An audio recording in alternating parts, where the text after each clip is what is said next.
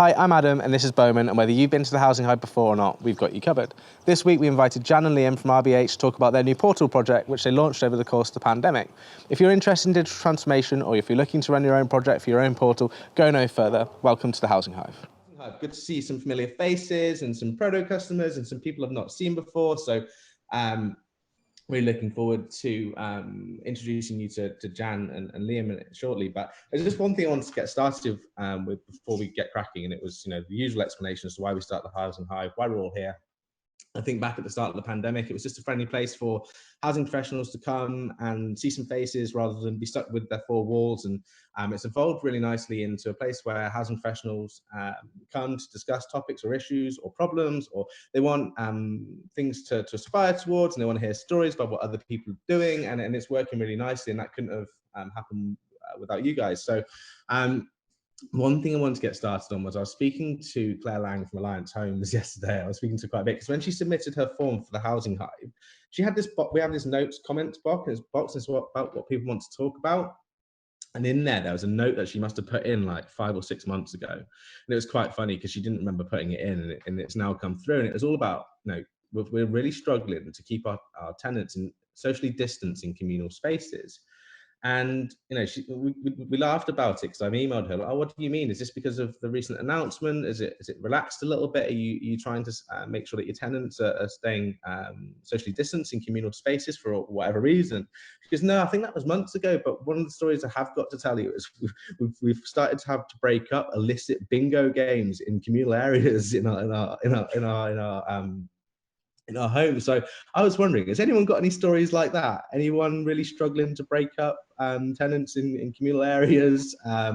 Any customers that just are doing funny things? And has anyone got a story? Or I think all is well when bingo's being played, perhaps. Yeah, I think so too. I think it was just they're trying to make sure that everyone feels safe in communal areas. And I know some people think it's okay to have a bingo game and they're not sticking to social distancing, whereas others seem to be okay with it. So if you've got any stories, pass them on, and we'd love to hear about them. Anyway, enough of that one. Just want to thank Jan and Liam for coming in today. And I'm just going to introduce Jenny from Prodo as well, because Jenny is their go-to person in Prodo. And just want to frame where you guys are at before Jan and Liam take over. Jenny? Yeah, will do. Thanks, Adam. Hi, everyone. Nice to see you all this morning. Yeah, I'm Jen. For anyone that's not met me before, I'm one of the group account directors here at Prodo. So I work with lots of our lovely housing clients and a few of our non-housing clients as well. Sort of primarily the work that we've been doing with RBH for the last, it's 12 months now, is really trying to dig into their digital transformation program and support some quite strenuous targets in terms of channel shift, which Jan and Liam will be able to tell you a little bit more about. But where we've come from in this sort of 12-month journey that we've been on so far is a real sort of guiding principle of collaboration and consultation, both with RBH, but also with RBH customers as part of that process. And it's been a really fascinating journey so far. We've launched a website and a portal and a chatbot so far. We've got more to come. I won't give away too much because Jan and Liam are going to talk far more eloquently than I can about everything that we're doing together. But yeah, that's just a little bit from me. Thanks, Jenny. And I think just so this there, we're building technology with them, we're helping them transform, and we're doing it together. And I think we're always asking ourselves, what's next? What's the next thing that we need to do? And some of you might have come to CIH and you might have seen our CEO talk about the desire or need to shift is real now. It needs to accelerate, and it's not just about encouraging adoption anymore with your platforms. You haven't just paid for a website, you haven't just paid for a portal and expect people to come, because they're not all going to come. And this is why you've all got objectives and channel shift objectives, but it's about making sure that those people come back and they use your online or your channel, your digital channel choices over and over and over and over again, and they become advocates. So just want to hand over to Jan and Liam, and they can talk to you a little bit about the technology that we built with them and how it's helping those guys. Thank you very much, Adam. Thanks everybody for pitching up to listen to us today. Hopefully you won't be too disappointed. I would just say though that the reason I've got Liam here is to talk about the technical stuff. So if any technical questions, I'm going to hand immediately over to Liam. I would say Prodo asked if I would come and talk about our journey so far with Prodo.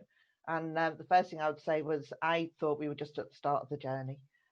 Really, we actually went live with our repairs diagnostic and appointment booking tool last week. Actually, when I thought back, we've hit a couple of key milestones. Apart from the repairs going live, it's now a full year since we first went into partnership with Prodo. So it is worth, I think, just sort of reflecting back on how far we've come. And the other thing I'd say was it feels a bit like a marriage, because we started out with Prodo, we definitely went through a honeymoon period, which is really exciting. Then we started to hit some challenges, and there were a few difficult conversations, and we had to work out our expectations and get a better understanding of each other. And I think we are now at the point where we're into a real groove about understanding how each other works. And I think the reason we've achieved what we have to date, and I'm really proud of it actually, and you can judge for yourselves when Liam shows you the portal. But I think that's because we've got a real commitment to a true collaborative approach and partnership working.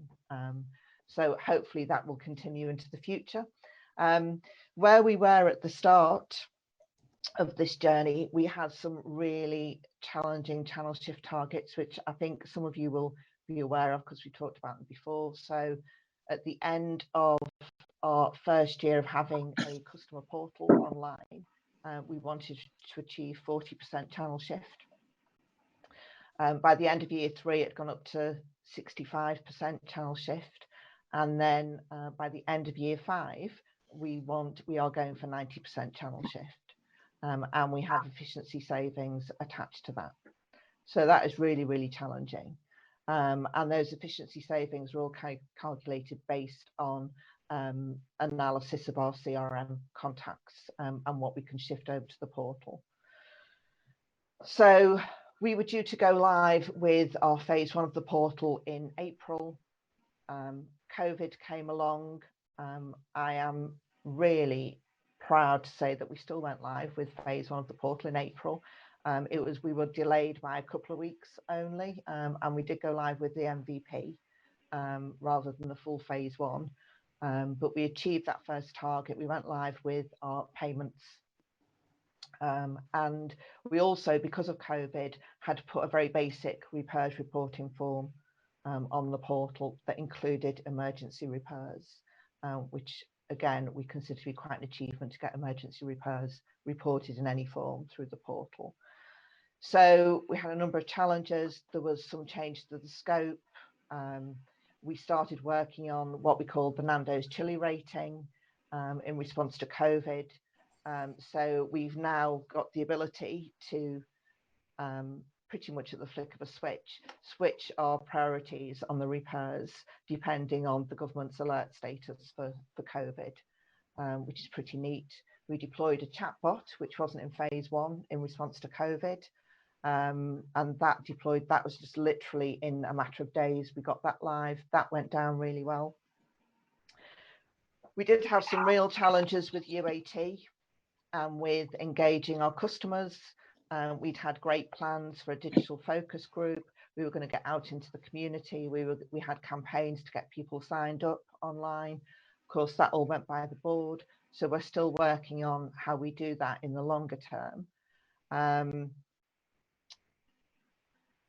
But we are at the point now, as I said, we've just gone live with repairs last week, which Liam is going to show you in a minute. We've had 2,500 customers register so far for the portal, and that was just for the payments. We haven't told anyone that we've gone live with the repairs yet. We are going to hit the marketing hard from next week. But even though we haven't told anybody it's live, we did actually get, I think it was up to about 75 repairs reported last week, Liam, in the first week, which we were pretty pleased with. That's right. So we are now at the point as I said, we're going to hit the marketing hard a number of different campaigns to get people signed up and registered.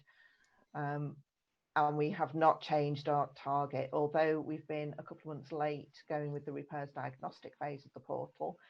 We are unwavering in our target to go with 40% channel shift by year end and achieve our year one efficiency that's attached to that. And we've just been reviewing the figures for that, and we think we're still on track. I think, as well as the obviously the development work that we're doing together, the promotional work that we're doing together, RBH are also in the process of recruiting some specific roles into the organisation that will help with driving engagement, driving adoption of these new services, and help you know, build that critical mass around advocacy for these platforms as well. Yeah, so we are, and we're just next week, we're scoping in detail phase 2. We've had to reprioritise because of COVID. So what had been phase 3, which is digital sign-ups, we've now brought forward to phase 2. And we're bringing in extra resource to manage that for us. So that's about it in terms of introduction. So what we wanted to do was show you where we are right now with the portal, and answer any questions, unless anyone wants to ask questions now. Let's go with the portal then. Let's go for it. Can I just ask a question, Jan, before? Oh, you're going to do questions at the end? We are going to do questions at the end. Yeah, we just thought we'd show you the portal as well while we're here. Yeah. Okay. If you've got a question though, Joe, I think we're happy to take those just before we go into the demo. I would say the question that just popped up from James. We've got 13,000 units. And then, Can I just ask, is this the Franklin portal or is this the bespoke version that you've got? It's a completely bespoke build, Harpreet. Thank you. I know you've also had a demo of Franklin, so it'll be interesting to show you how it compares in terms of the two approaches. Thanks. And then the one from Joe Hamilton was, what percentage are you currently at? So your target was 40%. Where are you right now? Well, as we only went live with the repairs last week, we haven't we're nowhere on the repairs. Well, actually, we're about 10% on repairs. 10% for week 1, which isn't bad considering we didn't tell anyone it was out there. So yeah, in terms of so we've got about 2,500 out of 13,000 tenant accounts registered, and the payments are now being used on a regular basis. But really, it was the repairs we needed to get live to achieve those efficiencies by the end of year 1. Definitely. Thank you very much. Over to Liam. Okay. So yeah, what I'll do, I'll probably just share my screen so you can all hopefully see what I'm demonstrating. Right, so hopefully you can see. Oh, there was a bit of a preview actually, unfortunately. Yeah, so hopefully you can see a page that says "Welcome to my RBH test" on there. Is that all looking good for everyone? So far, so good. Excellent. Okay. Bit of a whistle-stop tour, really. This I could probably spend quite a few hours talking about this, but I'm sure you wouldn't particularly enjoy that. So what I'll do, just firstly, just flash up onto the screen the new RBH website. I'm not going to go into a huge amount of detail on the website. I'm sure Jan probably would like to talk a little bit more detail about the website, but my main focus today really is the customer portal. So we launched the customer portal at the same time as the new website. It is very, very much sort of embedded throughout the website that the new portal is available, and you'll note on the homepage there's sort of lots of messaging about the portal being available, a little video which I think we're going to take a look at a little bit later, as well as lots of opportunities to get through to the portal. And also it's pretty much embedded throughout, so at any point where there's content that refers to maybe reporting a repair, there'll be links throughout the site. So I'll come on to that. So where all of these links take you to basically is into the welcome page for my RBH, which is the name we chose to give it. I mean, after quite a bit of debate. The landing page is pretty straightforward, pretty much what you'd expect. Ask the customer for their email address or the password. Just before I go into that, I'll just show you a little bit, talk a little bit about the registration process.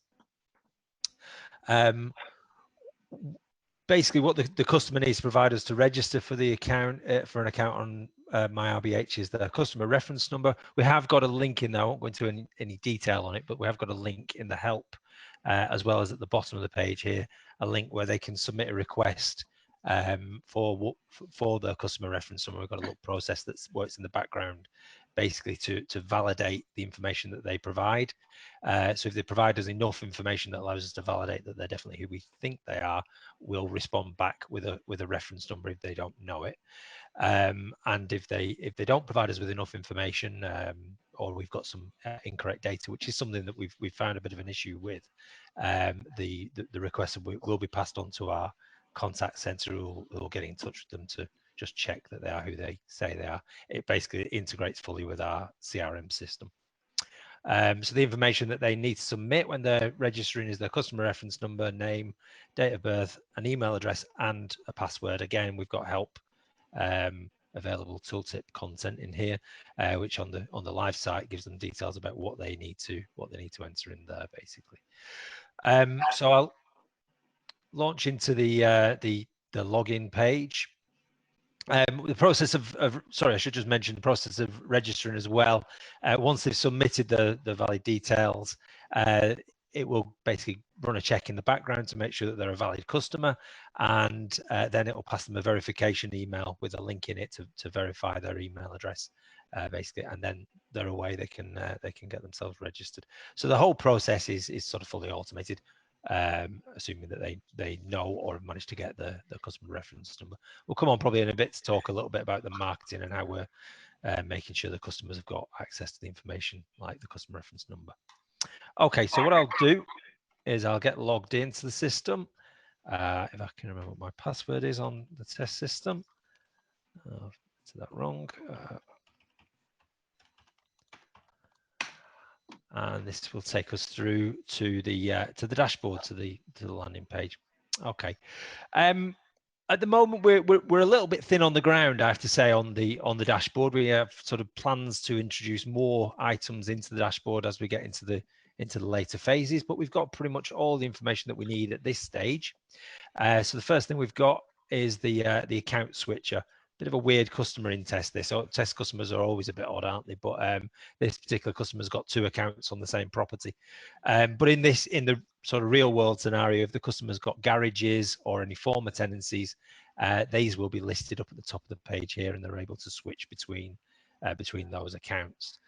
I should just say, before I go into any greater detail on what we're showing on this page, obviously this is set to work on all devices, tablets, phones, and on PCs and laptops. I'm looking at it on quite a large screen at the minute, and demonstrating on quite a large screen, so we've got quite a lot of space on here because it's quite spread out. But what I'll do is I'll just collapse that down for you, just so you can get an idea of how sort of the resizing works. It just gives you a bit of an idea of what it looks like on a tablet. So if I just drag this across, what you'll note as I reduce the screen size, the menu, which was over on the left hand side, has now tucked away into this bar over here, which I can get back by clicking onto it. And also you'll note that the rents and repairs section has refocused really to set up as tabs, just to make better use of the screen. And again, if I size down a bit further, makes further changes. So this looks more like it would do on a phone. So in this case, the accounts the account items are stacked on top of one another. Okay, so it's sort of resizes. We find actually the vast majority of our customers are accessing using phones. In fact, the vast majority, the majority of them seem to be using iPhones at the moment. So that's quite interesting information. Okay, so I'll expand this out again so we get the full benefit of the screen. As I've said, we've got the menu on the left-hand side. This takes us to all of the various parts of the system that I'll be taking you through.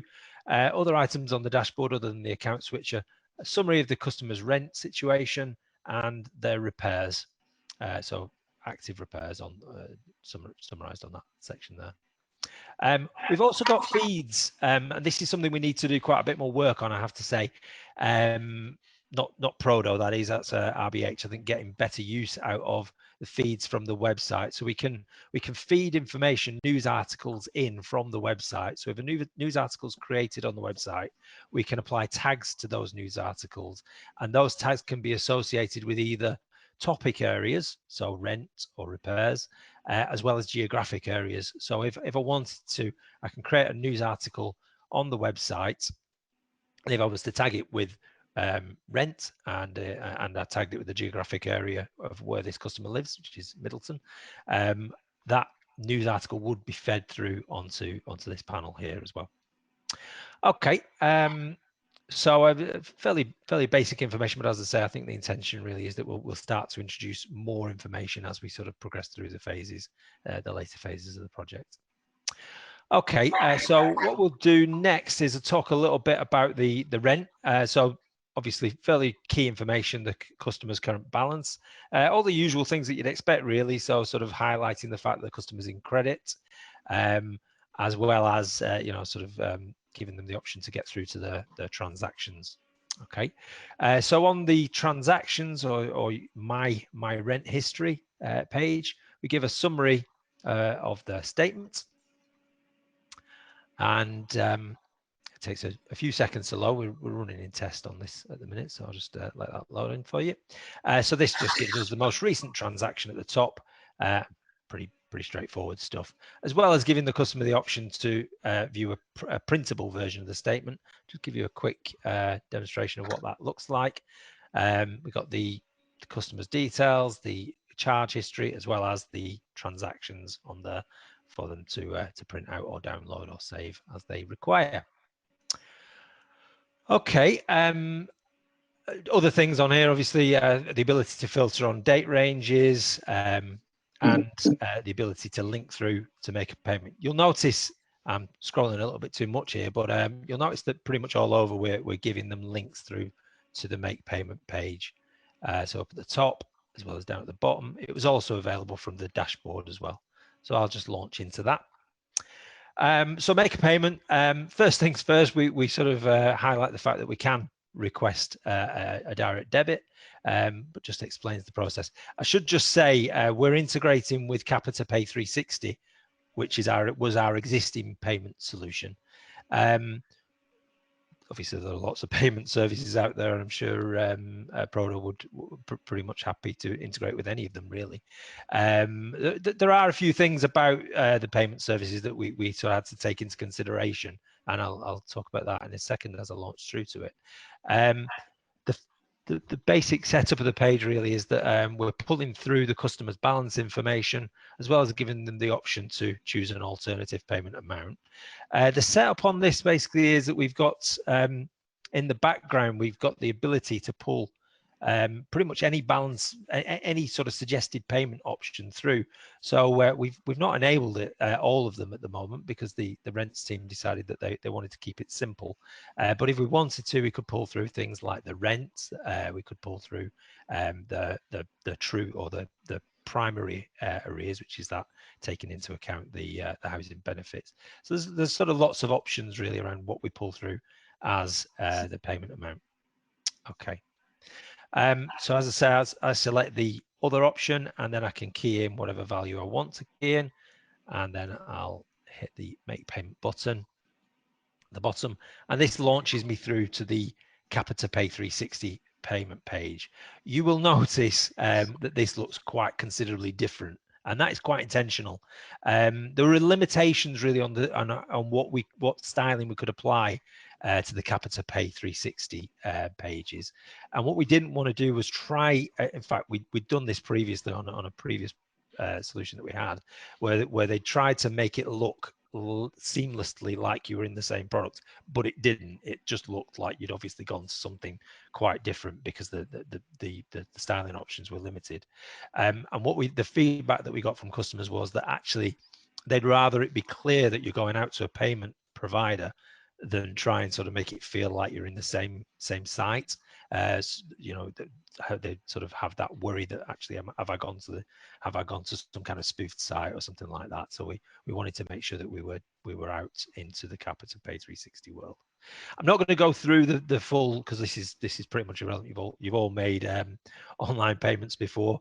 It basically goes through the usual setup of entering the card payment and the card details, and then doing the usual verification process. So I'll just back out of that. Once the payment's successful, the email, the receipt email is triggered through to the customer from Capita Pay 360, and the customer is then fed back to the make payment page with a confirmation. In this particular case, it's telling us that the payment failed, and if the payment did fail, it passes back here again confirming that the payment was failed. Okay, I'll give you the option to continue. But if the payment's successful, you'll get a message on here to say that it's successful, and a payment reference will be displayed there. Okay. I should just briefly, I'll show you the request direct debit option. We've set this up using, this is actually a request direct debit. We've got some more work to do at a later stage to make this a formal full direct debit setup and to integrate that with our housing system.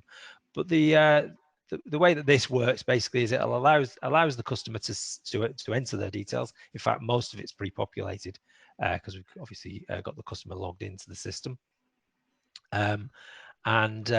We've got the ability to pass values through. We've set up what we call our integration database, our portal int DB, and basically within that we've got the ability we've set up the ability to pull session variables, so we can set up pretty much any value that we want to pass through to the session. One of those values that we pass through in this particular instance is a suggested weekly direct debit amount, which we calculate in the back end. Again, though, we can pass sort of anything we want through there, so that gives a lot of flexibility on these forms, which we can create for ourselves. Okay. If I go back now to, I'll go back to the dashboard actually. So sorry, I should just say what happens in the background with that direct debit request once the customer fills that out as it stands is that integrates with our CRM and creates what we call a task request through to the rent payments team. Okay. I think that pretty much covers the rent element. So we've looked at the statements, we've looked at the payments, and we looked at the direct debit parts. Now on to the repairs bit, which is probably, hopefully, maybe a little bit more interesting. Okay, so first things first, we get our summary of the repairs. I can click through to view all of the customer's repairs. So we get a full history, including sort of all repairs, or we can filter it down to outstanding or completed or cancelled items. Gives us a summary of the repair and gives me the ability to go in and edit the repair if I want to. When we say edit the repair, I've got the option of cancelling it at the moment and also rescheduling the appointment if there is an appointment associated with that job. This is integrating with DRS. So what it's doing in the background here is it's going off to DRS and getting the slot availability for that particular trade. If I go to the following week, I hopefully should have some availability. Yeah, there we got some availability. Let's use the slots. So let's imagine I want to change that from the 28th to the morning and select that item, and I'll book that time slot. And that just changes that appointment for me. If I wanted to, I could cancel that repair, and that integrates fully with our housing system, which is open housing. Okay. The other thing that I can do is I can use the raise a new repair. I'm just going to switch to this screen. Just bear with me 1 second.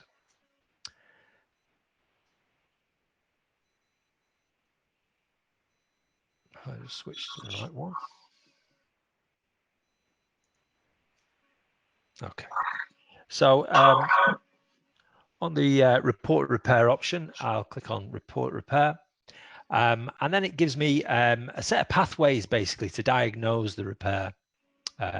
We've got about, I think it's about 250 pathways that are set up on this particular diagnosis. And we do expect that as we progress through we'll probably want to refine that. There might be some additional diagnosis. Basically, the way that it works is the logic actually sits on the back end. I mentioned our IntDB, so we step through all these the pathways that we've set up, and once we get to the end of the pathway, it submits a request back to our back end database, which basically controls whether or not we're going to raise a repair, whether we're going to submit that as a task, a case in CRM, and also whether we're going to book an appointment. And in fact, in some cases, if we're going to perhaps reject the repair or suggest that the customer does something else. So I'll step through a couple of examples. So if I choose a bathroom, and I'll choose a sink. Okay, we'll say that the sink fills up very slowly with water, so it's blocked. And then I'll enter a description. So we'll go for this is a test. Actually, we'll go for this is a demo. And hit continue. Now what's going to happen when I hit continue is it's going to go back to our back end, check whether I can raise a repair against that property. And if it is able to, it will create the repair. It'll feed back to Prodo to submit the request to Open Housing, which will raise the repair. And then Open Housing basically creates the appointment slot in DRS, and then the site then gets the availability for that appointment slot. So if I scroll through here, I'll be able to see if I've got any availability for the particular trade. I've got any until next week, I think. Okay, so that's Friday the 9th of October. I'll select that slot, and that appointment is booked. Okay, and then if I click onto view repairs, hopefully what I should see is that repair is now displayed in my repairs information. So yeah, we've got this is a demo item. And if I want to, I've made a mistake on that, I can either edit it and cancel it or reschedule the repair if I want to do that. In fact, I will cancel that repair. Just a little warning to make sure that I'm sure that I want to cancel. Yes, cancel that repair. Some of the other things that we do with that we're able to do with this, as I think Jan mentioned, so we've got controls over how we want to manage the repairs. So we can control, we can set the status rating to sort of red or green, based on what sort of our service is at the moment. But we can do all sorts of things. Whether that be blocking repairs on right to buy properties. We've spoken about the possibility. I don't know whether this is something that we're going to take up or not. It's something that we're sort of discussing with our rents and repairs team. We've got the option, if we wanted to, we could, on non-emergency or routine repairs, we could apply a block on repairs so that we could prevent people from reporting repairs if they say, for example, we're in arrears, or if there was a particular issue with a gas servicing or something like that. So we've got a real sort of a lot of control over how that works and what we can do with those repairs, as well as being fully integrated, as I say, with both our housing system, which is where we manage the repairs, Open Housing, integrated with DRS and integrated with our CRM system. So there are examples where if a customer raises a request for particular types of bathroom flooring, it won't raise that as an Open Housing repair. It'll pass it through as a task to our repairs team through the CRM system. So that, I think that pretty much covers the demonstration of the repairs reporting and the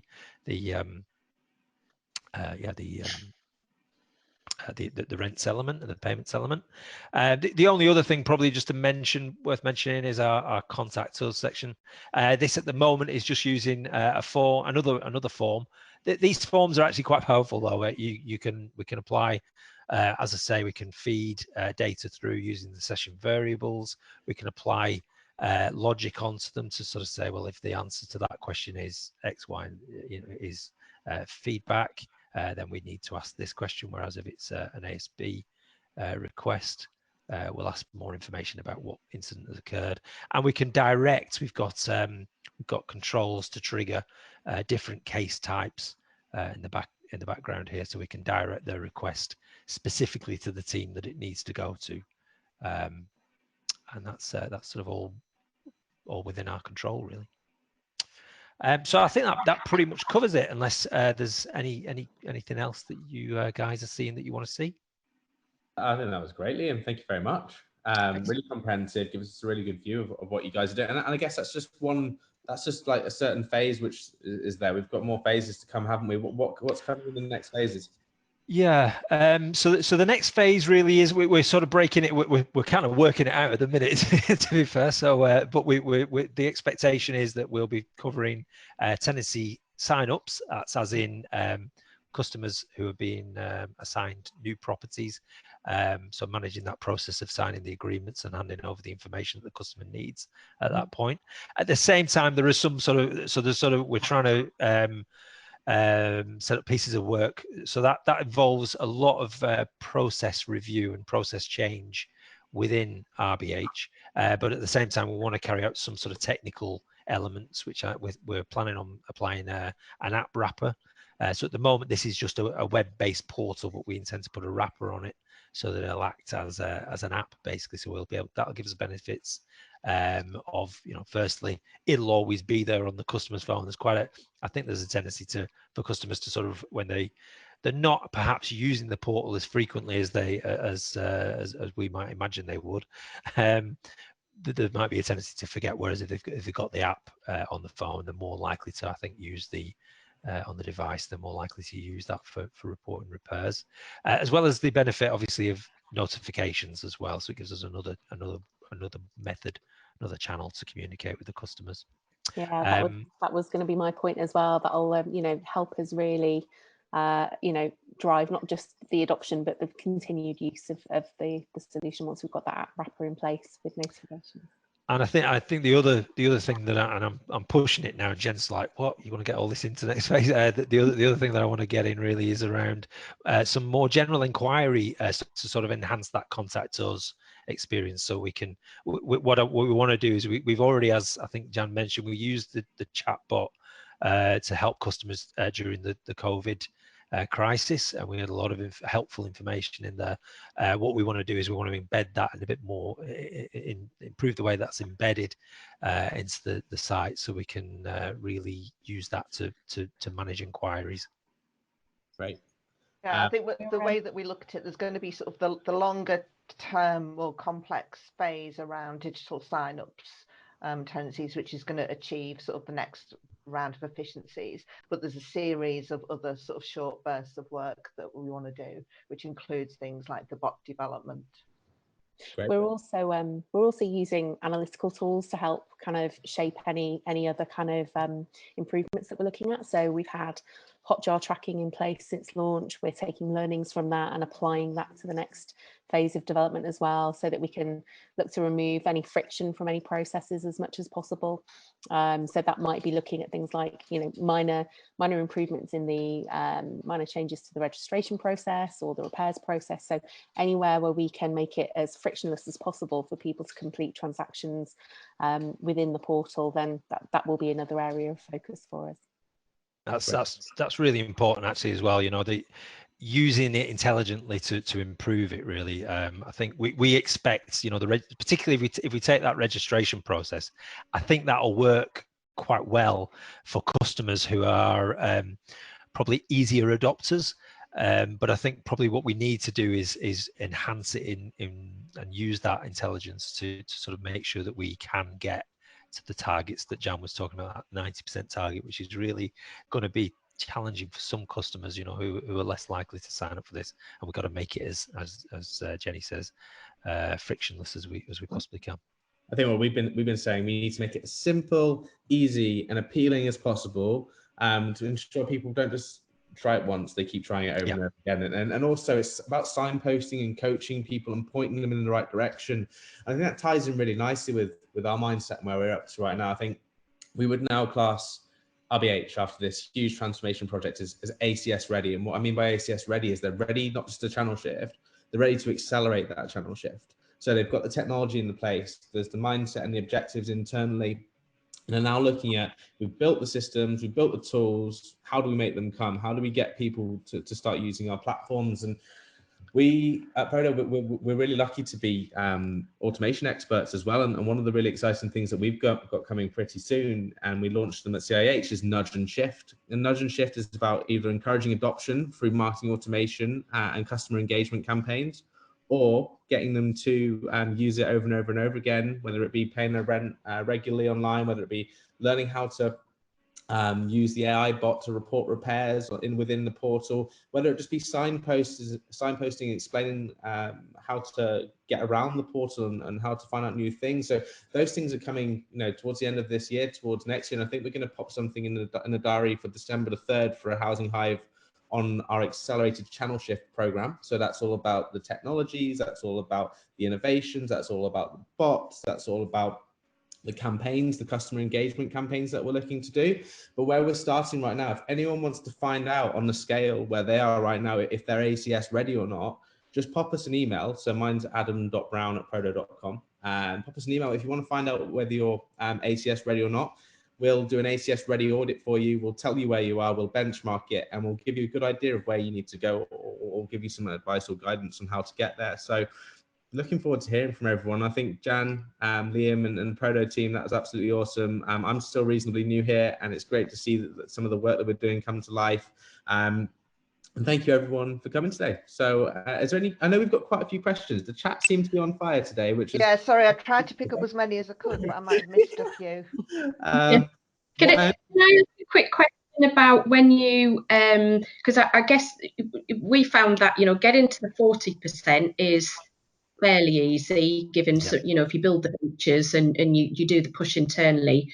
Once you're getting up to 65 and 90%, when you're talking about this accelerate and channel shift, there is absolutely no doubt that you will have to degrade existing services and existing channels. So I wasn't sure what everyone's view is. Do you have a channel of choice, or do you actually get to that point where, in order to meet the efficiencies that you're going to have to make at 90%, are you planning on degrading any existing services in order to hit that target?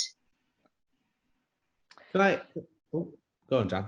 Go on. I was just going to say, interesting, I don't know if you sort of looked, I was looking at some Housemarque stats a couple of months ago that showed that, and lots of housing associations have gone down the route of degrading the service in order to push channel shift. But that doesn't seem to have impacted on customer satisfaction rating. So I think what I'd be arguing is that as long as we maintain customer satisfaction, that's the real objective, isn't it? To shift channels and maintain customer satisfaction at the same time.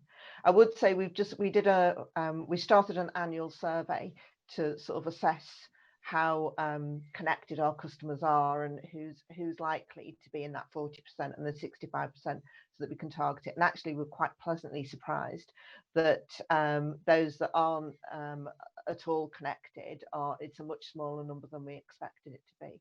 So I'm hoping that, as we move down the line, this year we're just going for the 40, and as you've said, it's, I'm confident that that's going to be pretty easy.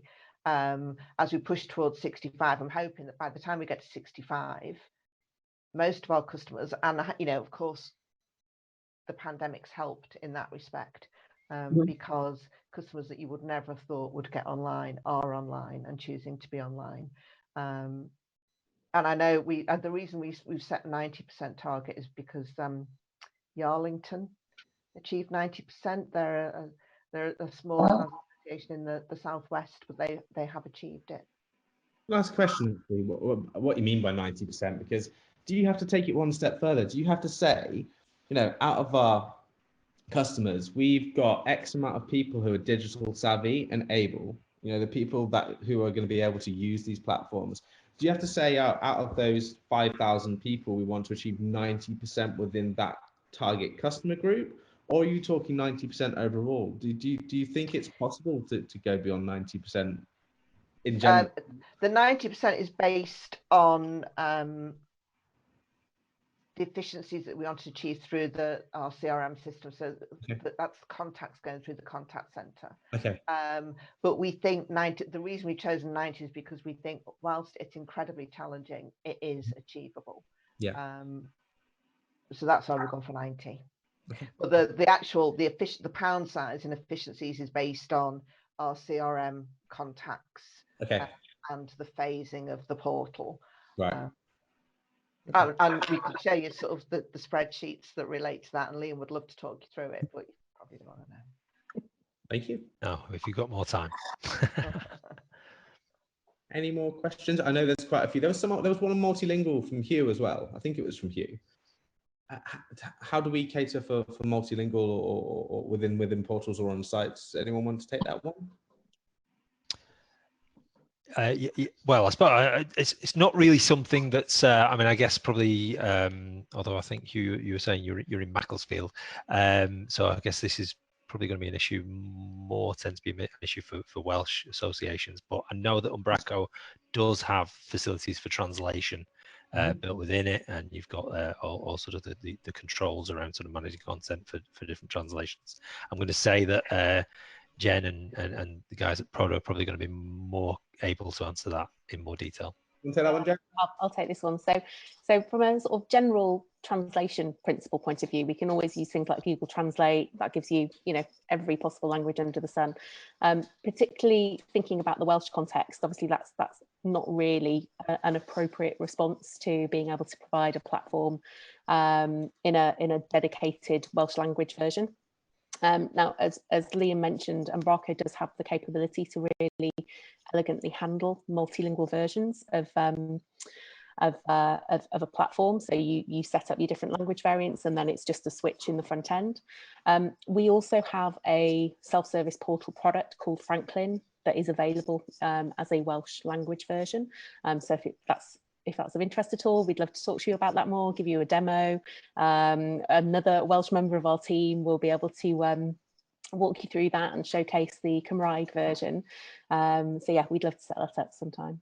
Great, cheers, Jan. And I think another thing, just to ask you a question, Jan, I mean, when we speak to people, they're often faced with the choice of going with a platform provider, so an off-the-shelf product, which would include a roadmap for the next 5 years, for example. I won't name any of those people, but at Prodo, we build all of our solutions around you and your needs. What would you say is the difference between going down a route of going with a platform provider for a portal, or being able to build it yourself and include everything you want to include yourself and continuously develop on it? What would you say the benefits are of that? So is that to me, Adam, or Jen? I wasn't sure. Well, we spent a long time looking at the options that are already out there, and we to be honest, we didn't think that any of the off the shelf were going to suit what we wanted and what our customers would want. And we are, for anybody that's aware, we're a mutual, but we're a mutual that also includes not just tenants but employees on our rep body. So we are very driven by the rep body, and all of our strategy and policy is customized around them. It's tailored to them, and they didn't want something off the shelf. They wanted something that was unique to them. I think what we often see as well with sort of off the shelf system vendor platforms, if you like. I'm just trying to think about the way to phrase it, because obviously we have an off-the-shelf solution with Franklin, but that's been put together in a very custom-centric way. I think that the shortcoming that we've seen with lots of other solutions is that they're very technology focused, so they've got that ease and speed of deployment in terms of it hooks straight into the back end. You don't have to worry about all of that, but they're perhaps not so user-friendly and not so customer-centric in terms of their approach. So whilst you get something spun up really, really quickly, you're not necessarily going to get the same kind of traction in terms of adoption and advocacy with people using that platform, because it's just not been really thought of in terms of how a user would want to interact with that information. So that's where solutions like Prodo's Franklin, solutions like the bespoke approach we've taken with RBH and other of our clients that are on the call today, the customer centricity of those solutions is really, really key. Definitely. And I think that, I was talking about, are you ACS ready yet? And I think, say, for example, RBH, they're ACS ready now, got amazing platforms, amazing customer journeys and experiences. The next step for someone who's looking to accelerate that channel shift, if say, for example, RBH were to take Nudge or Shift, we would still put Hotjar on the portal and actually be collecting the metrics for signups week on week, just to make sure that we're benchmarking. And at that point, and only at that point, are we able to then start to think about how we develop further customer journeys, and we use UX and design to make sure that advocates and adopters are given more, I suppose, given more in a way that's going to allow them to become comfortable with your platforms and services. And that's really where it's going now. Everything is, you know, working towards channel shift and accelerating channel shift. So it's not just standalone technology. You haven't just got a standalone portal. You haven't just got standalone campaigns anymore. It's like the Apple ecosystem. You've got a MacBook, you've got an iPad, you've got an Apple Watch, you've got iPad OS, you've got Mac. Everything works together. So everything now needs to work together to help you guys hit your objectives. But I think we've taken a lot of everyone's time today. We're gonna dive through the questions in the chat after this, Hugh and I, and we're gonna make sure that any questions that haven't been answered get answered. I feel less rusty now. I was feeling a bit rusty at the start. I've come back to it now. I'm ready to go with the next one. So I'm looking forward to welcoming everyone back. But until then, thank you, Jan. Thank you, Liam. Have a fantastic day, and I hope you've all got something out of today. I'm looking forward to hearing from you all soon.